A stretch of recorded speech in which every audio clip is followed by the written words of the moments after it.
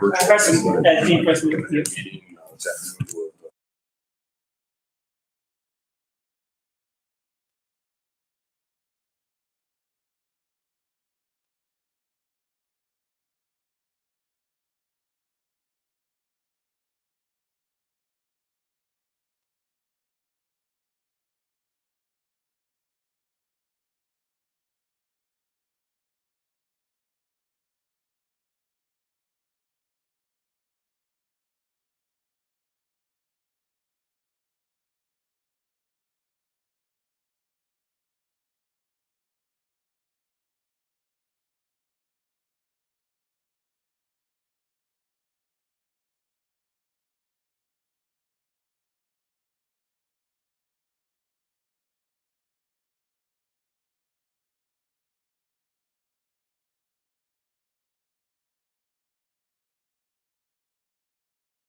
I'd like to call the meeting to order. This is the City of Warren Island Development Agency regular meeting, July 22nd, 2021. Hope everyone's got a minute to read over we have the secretary's report, the minutes of the 6/24 meeting and special meeting. Yes, I'll accept the motion to accept the secretary's report. I'll make the motion. I'll second it. All in favor? Aye. Carried. Treasurer's report. Again, the items were in your packet and also via email. And hopefully everybody had a chance to look it over. If that's the case, I'll accept the motion to accept those. So moved. Second. All in favor? Other discussion? Nothing? All right. Good. Committee reports, audit committee, Jen? Yes, in June, out of the operating account, we paid bills for $26,556.46. And out of the escrow account, we paid $30,600.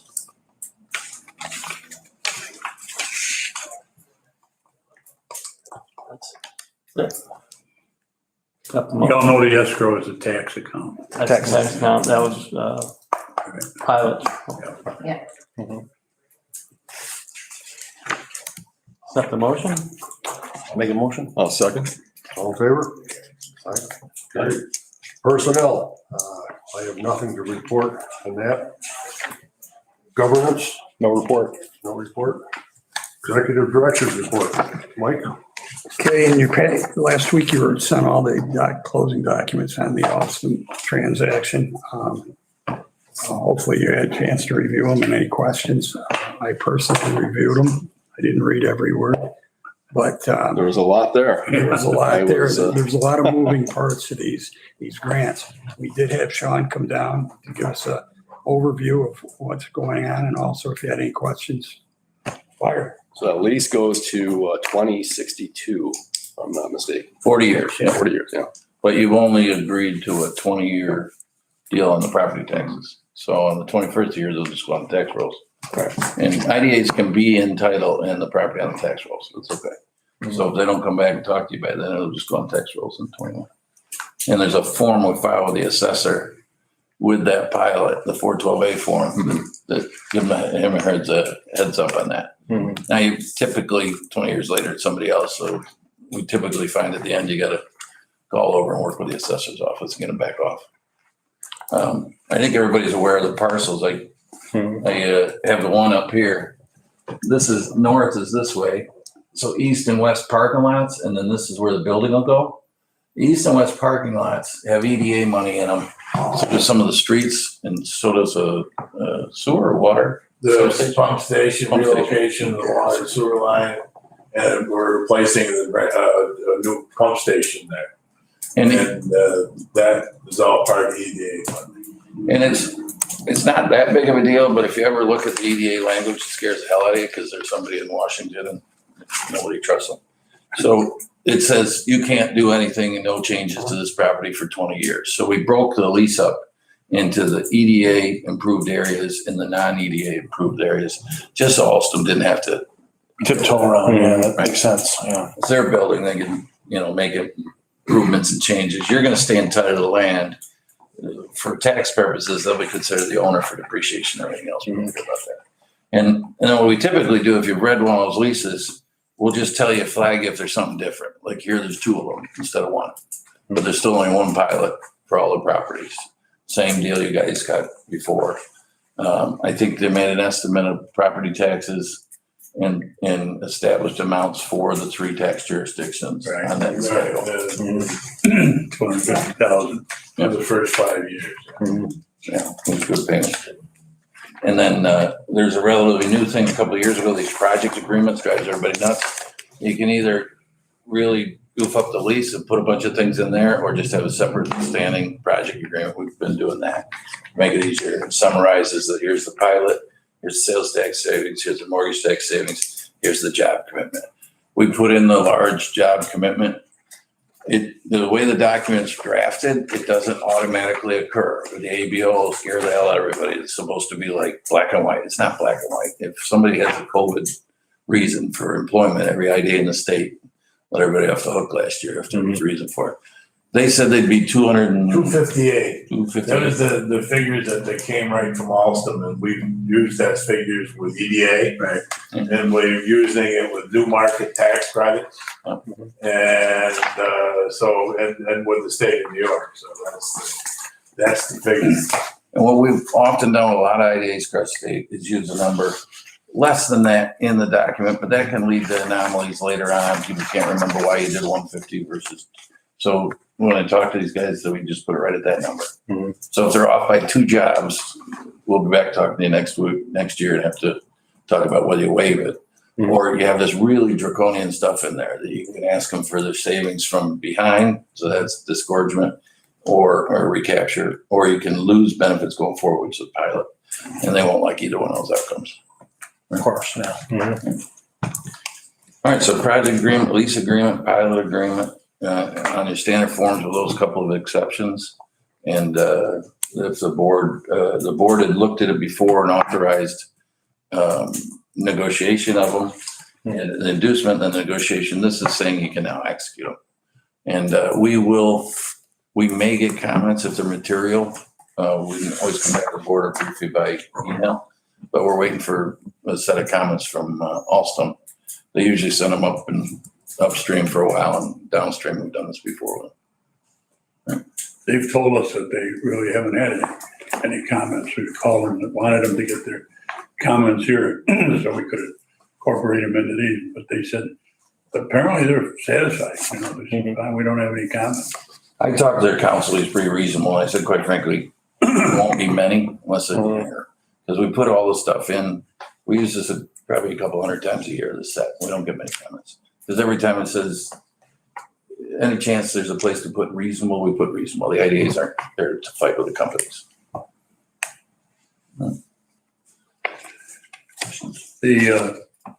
In your packet there too, I don't know whether we gave you this at the last one. I don't think I did. The cost benefit analysis on that project. And this is kind of an executive summary of it. Shows the benefits to the communities, shows the benefit to the company. I don't think. And the benefit to the communities. And the costs in property tax exemption and sales tax exemption are around $3 million. And benefits to the community are like $335 million. So the cost benefit ratio is the highest I've ever seen, and the highest anybody I've ever talked to has ever seen, 112 to 1. Which means that the benefits to the community are phenomenal compared to what we're giving up in tax. And if you look at the second last page, I'm ready to write that up there. Excuse me. Here's the last page where it says cost benefit analysis. You'll see a sales tax exemption number. When we got started with Alstom, we were getting some of the information, sometimes through the engineer, sometimes through the council.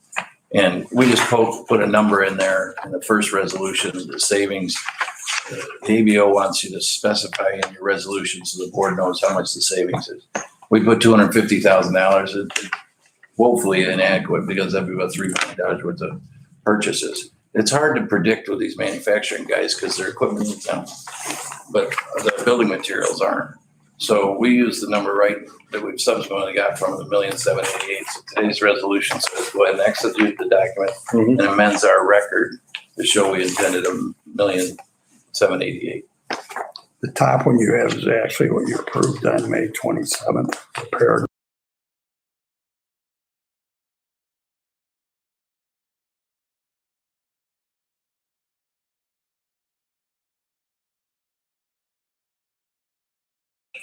Tax this to 1.788 million, which made sense because at 250, they couldn't put in the sewer line for $3 million. Yeah, if you want to correct my typo there, we can do 240 there. Yeah, that's Right there on today's. Any idea what the building will be worth if it ever does go on the tax rolls? It's the total investment's 34 million for 135,000 square foot building. I'm guessing it would never go anywhere near that as far as its valuation. I think there's 9 million.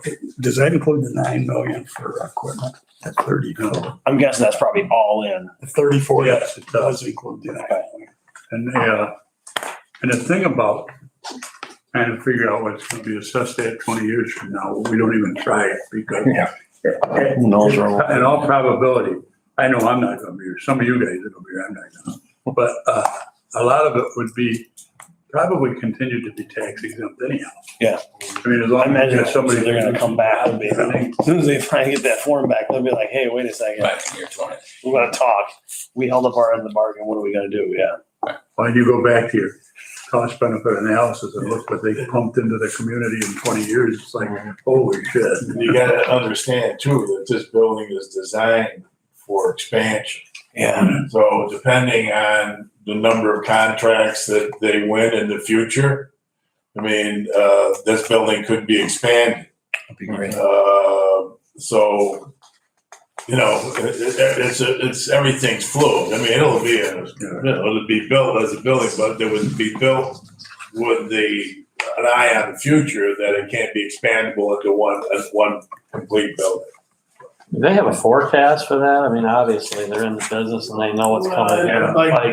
You've been at this long enough, John, in this environment, everything's predicated on jobs won or contracts won. Yeah. So But I guess is that, I think they you see a lot of that you know, down the road. it all depends on, you know, a lot of it depends on what kind of infrastructure package comes out of Washington. A lot of that's going to go to public transportation. And for the expansion of rail systems and capital projects to retool. You know, New York City, their next contract that they have slated is 1,500 cars. There's New cars? New cars? Yeah, new cars, yeah. They actually have the immediacy of what you're asking is they're looking at 2 contracts that may come out in the next couple of years.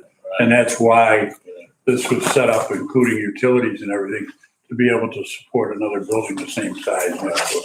And they're working around that. There's a lot of things in the mix right now, but they're very optimistic. And as I said, we met with Jerome Wallout the other night. He is leaving.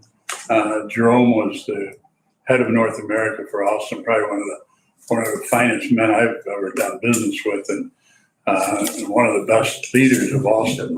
Thank God he was there at the time he was, because this was critical. And so we had a really nice dinner with him for an hour or so, and he's set it up. He has set it up so far that he's going to Paris. He's moving. I'm sure he's moving way up in the company. But he told me, I was sitting next to him. He leaned over and said, "You still got my cell phone. You need any help?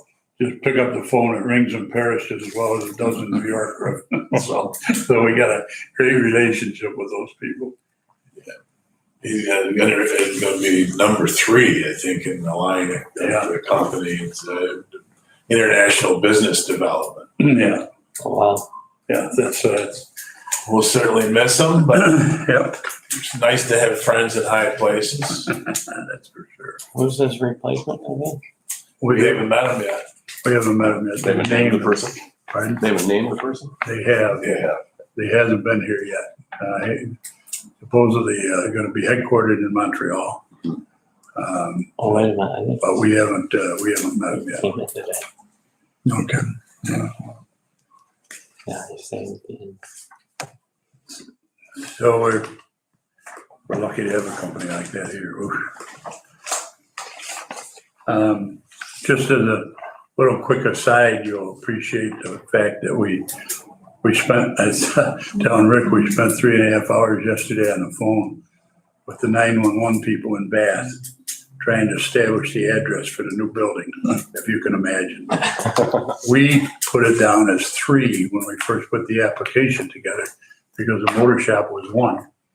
So the next one's 3.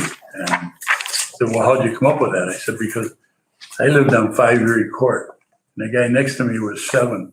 The guy next to him was 9. So I figured it's kind of the way it goes, And, well, you got a big space in between, if something was in there. And I said, we're not, at the end of the day, after a 3-hour argument with him, I said, we can't change. It's going to be 3 because all of our applications, all of our banking, everything, EDA, everything is based on 3 Shawmut Drive, and we're not changing that.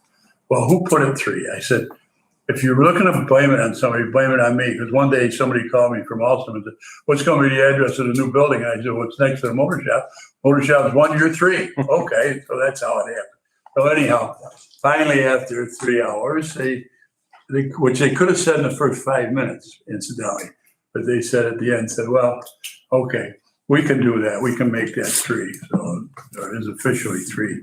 And then the oddity of it is we found out that Strobel's across the street is 40. 40. Now, try and figure out why it's 40. When we built that building first, we made it 4. And somebody added a 0 to it. And so the right-hand side would be the even side, it would be 4. If one was 0, it would be 4. So, they get precious little to do, I'm telling you. But anyhow, we're all straightened out with that. Correct. 250 back to 240, so it agrees with the original.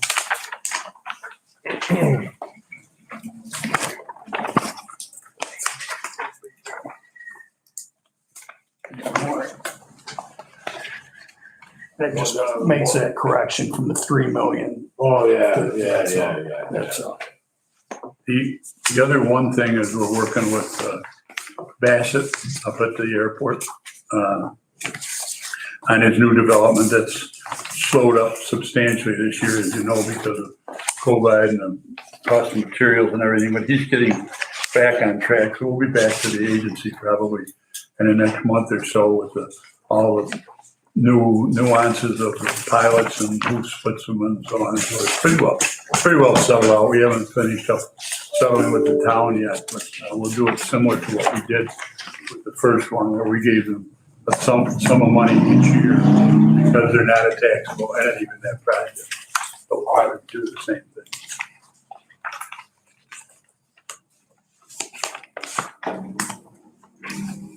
Okay.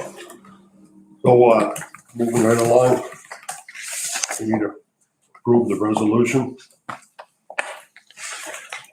Make a motion to accept the resolution. Second. All in favor? You actually have 2. Wait, We had 2 of them. You actually have 5. wait, hold on. We had 2 You resolutions. have 2. You have the one to Okay. approve the documents. You have the second one just to amend that 200 or is that 240 up to 1.7. Want me to do them separately? I was gonna say we throw in the Well, why don't we amendment. I'm gonna do a roll for the first authorizing resolution to sign the documents presented. Okay, John Carbone? Yes. Ed White? Yes. Rick Angelina? Yes. John Buckley? Yes. Dave Perlin? Yes. Okay. And then I'll do I'll make a motion for the authorizing resolution, the second one correction. okay, Second? okay, and I'll call the roll. John Carbone? Yes. Ed White? Yes. Rick Angelina? Yes. John Buckley? Yes. And Dave Perlin? Yes. Okay.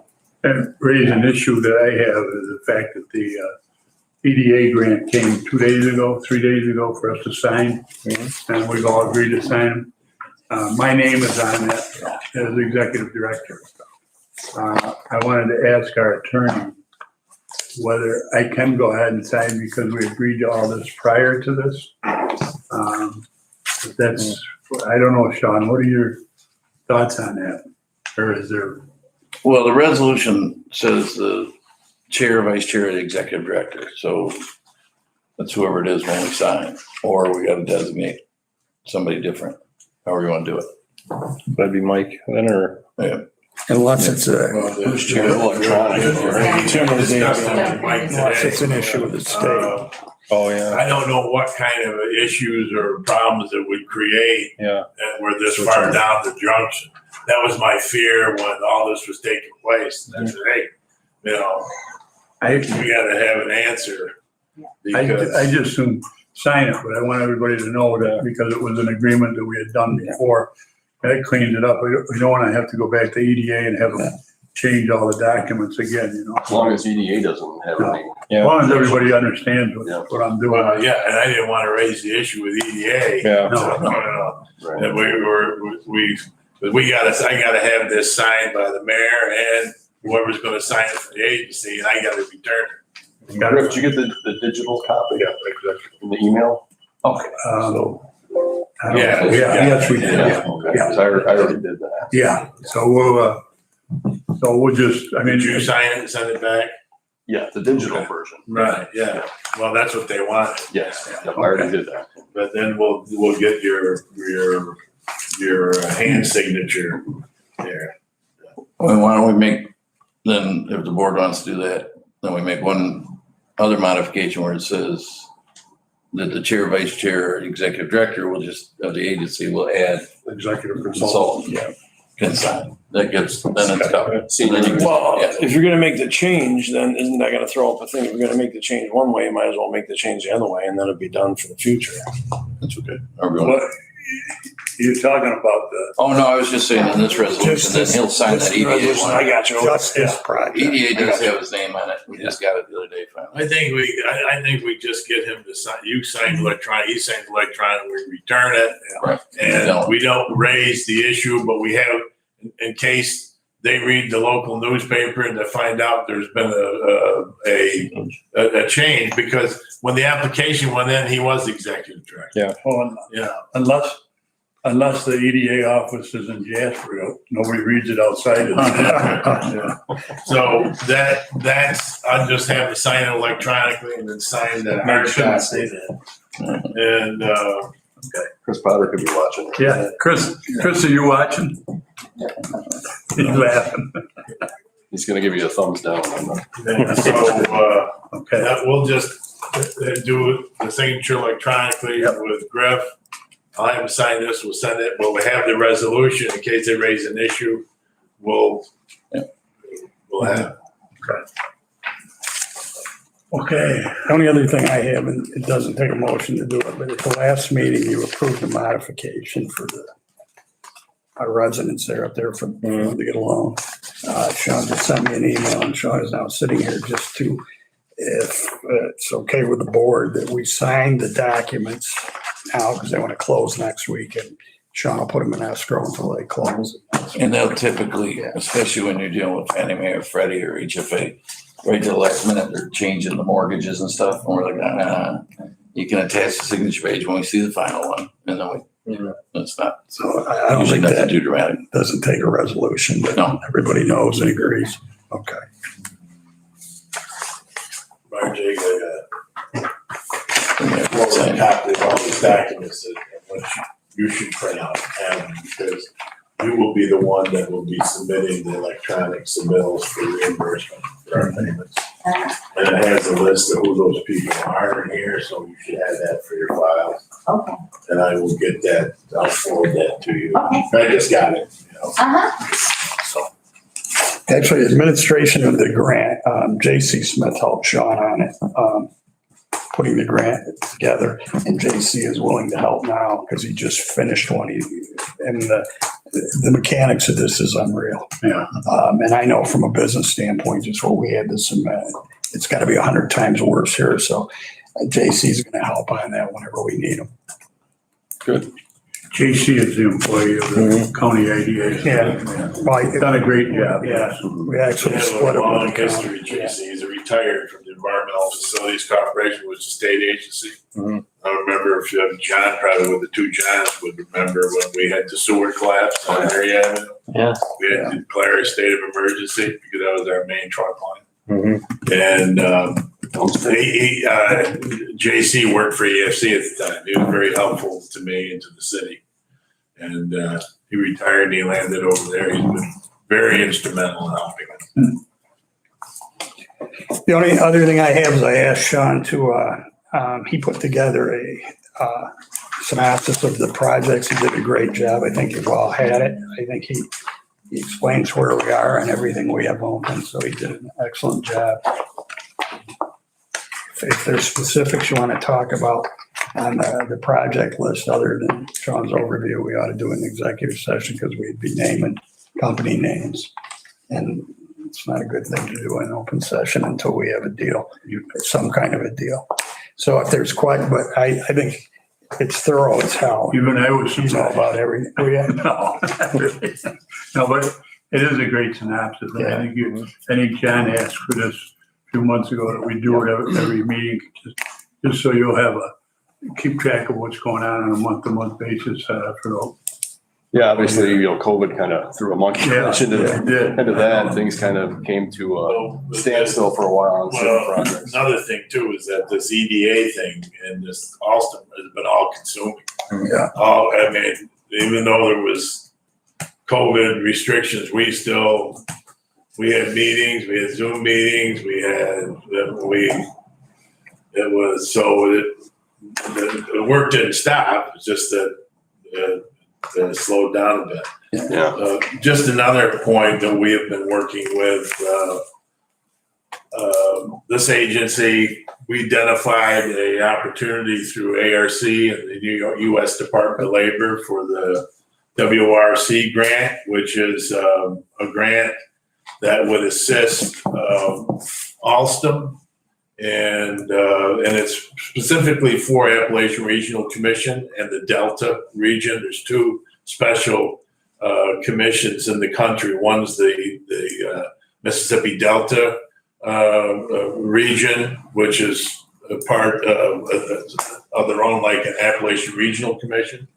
And they have a 3-year training grant program, which is opportunity right now presents itself because the grant demanded that you have 2 industrial partners and you also have partnerships between workforce groups and you have an educational institution involved. Well, it all came together because Lundstrom is looking at some potential contract growth over there, and they'll have a need for skilled welders. Alstom certainly has a need for skilled welders. So we've put together this partnership. Alfred State has taken the lead role, and we submitted the grant application yesterday to ARC. It had to be in by 4 p.m. yesterday. It's in, and if we're successful, both Alstom and Lundstrom will receive the benefits of that, the training grants, which is quite extensive over the 3-year period. There's a potential for Alstom and Lundstrom to split $1.4 million, which they would get $628,000 apiece to aid in the training of the new workforce. So I just wanted to update that we kind of brought the parties together with the help of Craig Clark and the Allegheny County IDA and Alfred State College, and everything kind of fell into place. Victoria Yellen at the Southern Tier Central was instrumental. She kind of brought it to the table, put it on my plate, and said, "Hey, this might work for everybody," and everyone embraced it. And they provided the necessary information, and I think we have a winner, but we'll have to wait and see. It'll be a couple, 3 months before we get it. Again, it was a lot of work and a lot of effort, as all those things are. And Sean pretty much led the way with them, keeping them all going up until he got a little aggravated a couple weeks ago and said, screw it, I'm not doing it again. Yeah. He didn't do that. But that's in, and, John's, you signed your, I want to get a signature on hard copy too. And, we'll get, I can do that now. And before we move off the, the Awesome and the EDA grant, I just want to say thank you to Sean for all your hard work and efforts and kind of bearing through that, the frustration of having to deal with all the mechanics of it and moving parts and not to mention Chuck Schumer's office. In particular, Amanda Spelsey, who Sean and I deal with in various capacities. She's been dynamite behind the scenes. One of those people that you don't really put her name out in the forefront, but She's the driver. and she's been really has. No, it was certainly a team effort. It's not, Jamie Johnson mentioned the grant today. It's the biggest one he's ever seen. Yeah. So it's a coup. have you sign right there, Mayor Buckley. Date it. Then we'll have Brooks to sign it, date it, and we'll get the electronic version out, and I'll send them a hard copy.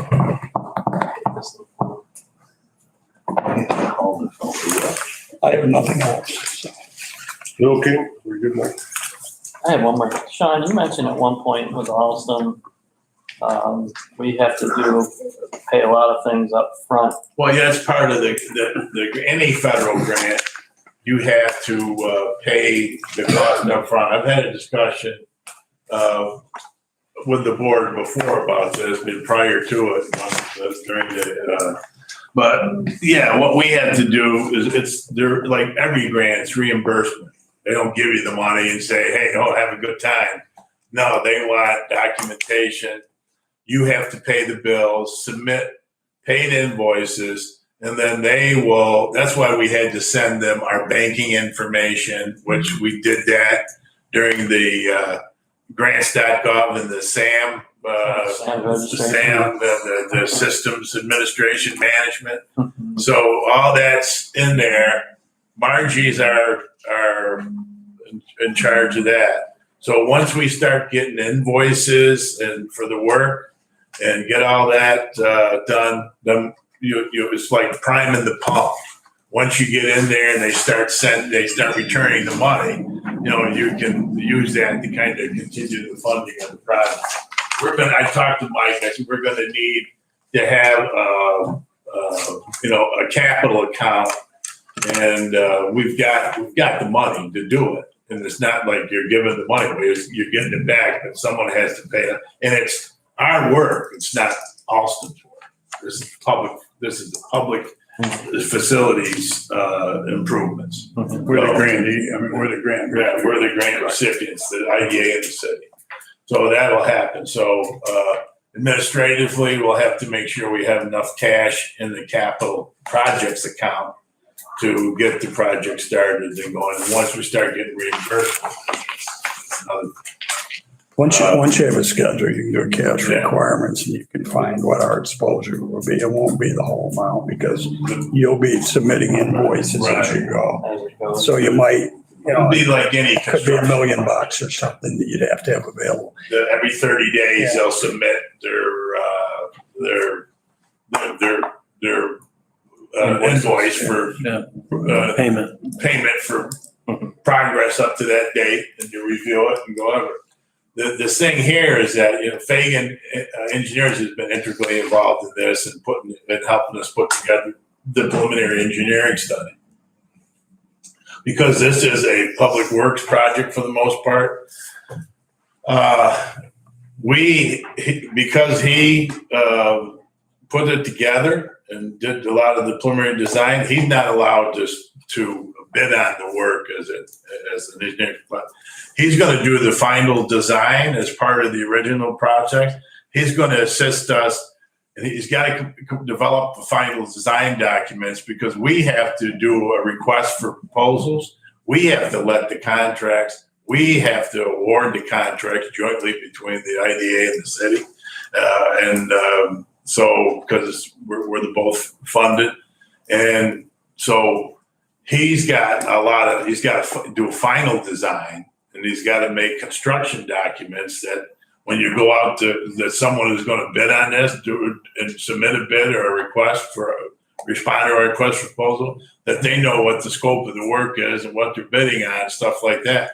So now the real work, the finalization of this begins, and Fagan will do that. Plus he'll be, because you got stormwater mitigation, he's got to have someone on site to review the stormwater drainage, report to DEC for the speedies permit. So there's a lot going on, a lot of stuff you have to respond to during the course of this project.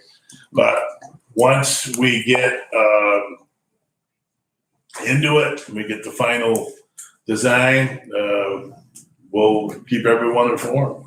I think the big thing is when a CD or something comes due, you have to decide whether you want to renew it, even if you have to get into it, the interest rate isn't high enough. The other thing is Chase will give you their work scope and milestone payments, and they'll give you an idea when it's going to happen. They'll tell you how much it is, what percentage of the total. But like Sean says, they're not busy. They're going to want to do everything immediately, especially because the stuff that the grant is for is all infrastructure work. It's not putting up buildings. Mm-hmm. So their stuff pretty much goes first, with the exception of the parking lot. You probably could push that off a little, but they will give you, I want this much, and it's usually percentages or whatever until they get full. So I think the idea and Sean and I talked about it, is you figure out what our exposure will be. The money, and you have no exposure, you'll get it back, except you might have to front $1 million, $2 million before you get it to go back. So you can figure that out with their timeline, and I'll just do a cash flow analysis. But probably and we probably should have thought about that the other day, and maybe not renewed that, but I only renewed that for 3 months because the interest rates aren't great. There's no point getting long-term stuff now. So 3 months, I don't think you're going to need a lot of them. No, I mean, you'll be lucky if we start, we'll get the final design and get the RFPs out there. Well, yeah, and we'll be working to get invoices to Austin for payment. ASAP, because they'd like to get Street Act paid back, because they forgave $300,000 of it, so we still owe them $398. And we'd like to get them paid because they'd like it back into their coffers so that they can lend it out for other projects. I told them we would bust our tail in the next few weeks to see if we can get Austin properly. We sent them a bill for $398,000. So that's your share, but it didn't make it through accounting. Share of what and for what, I thought it was worth a try. Yeah, well, that's the better part of the day was providing them with documentation. Mm-hmm. And actually, we had the wrong figure because we were working from 389, 450, and we actually we had them take the closing cost of $8,550,000 from the original 698. So there was a discrepancy between the 398 and the bill we were saying that it was 389. It was 398. We didn't include the closing cost. So we're all. I knew it was 398 because that's all the money they had in the account when I asked for it. Will we be on target for what Alston wants as far as a timeline Oh, yeah. for the building? Yeah, because the way Sean did it, and because they're funding their construction of their own building, they can go in and build all their stuff. And they're going to probably start, let's say, within the next couple of weeks, because they want to get the foundation and the aggregate piers, the special foundation for the building itself, and get them in the next couple of weeks, like the concrete cure. And their hope is that they'll be setting steel in October. And by that time, we'll be ready to go. But then we'll see. Alstom's not. LaChase is not precluded from bidding on the public, the end of the public works project. So I assume that they're mobilized. They'll be there. They'll be very competitive. But there may be others involved too, because a lot of the stuff that we have to do, like by the time we get going and going, that we won't be, like paving until spring and doing that stuff until next spring.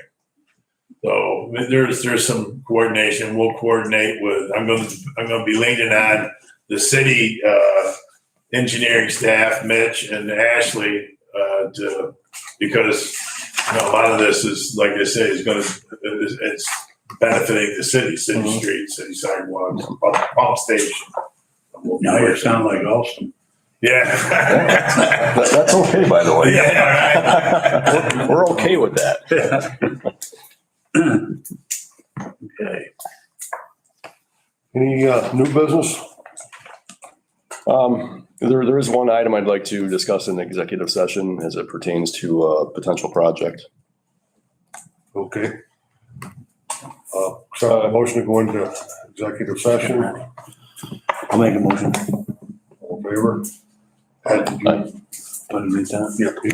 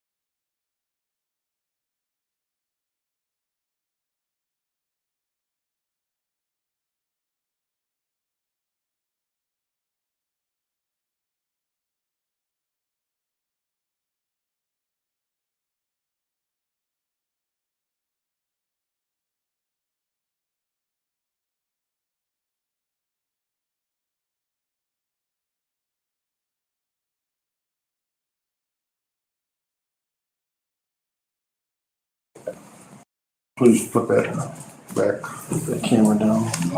Just use the arrows there. Lights, camera, action. Probably wonder what they're looking at. Margie, Margie, everyone. Any old business? Accept a motion to adjourn. I'll make that motion. I'll second it. In favor? Aye. We are adjourned. Gotta do 12. I just see. That's all right. There's nothing. We're there, all the cooperation. Look how fast he's in Say your name. Yeah, this is becoming a full-time job. I used to do the sponsorship. So. Nice guy. I like that. See ya. Thanks, Sean. Figure out which freaking date it August. Curtis is a 6, isn't it? Or no, that's 16th. Alfred University. Yeah, 16th. Yeah. Okay, I'd like to call the regular meeting of the Hornell Industrial Corporation to order. People, John, Accept the motion for the secretary's report. Make a motion? Second. Question? Anybody? all in favor? Aye. Treasurer's report, Ed? I'll make a motion to accept the treasurer's report that was passed out. Make All in that favor? motion. I'll second. Committee reports. John? Yes, in April, I have April, May, and June here. In April, we paid out $3,050. In May, we had no payouts at all. In June, $360. And I'll accept the motion to accept that. I'll make a motion. I'll second. All in favor? Aye. Personnel committee, there's nothing to report. Governance, No report. no report. Executive director's report. Mike?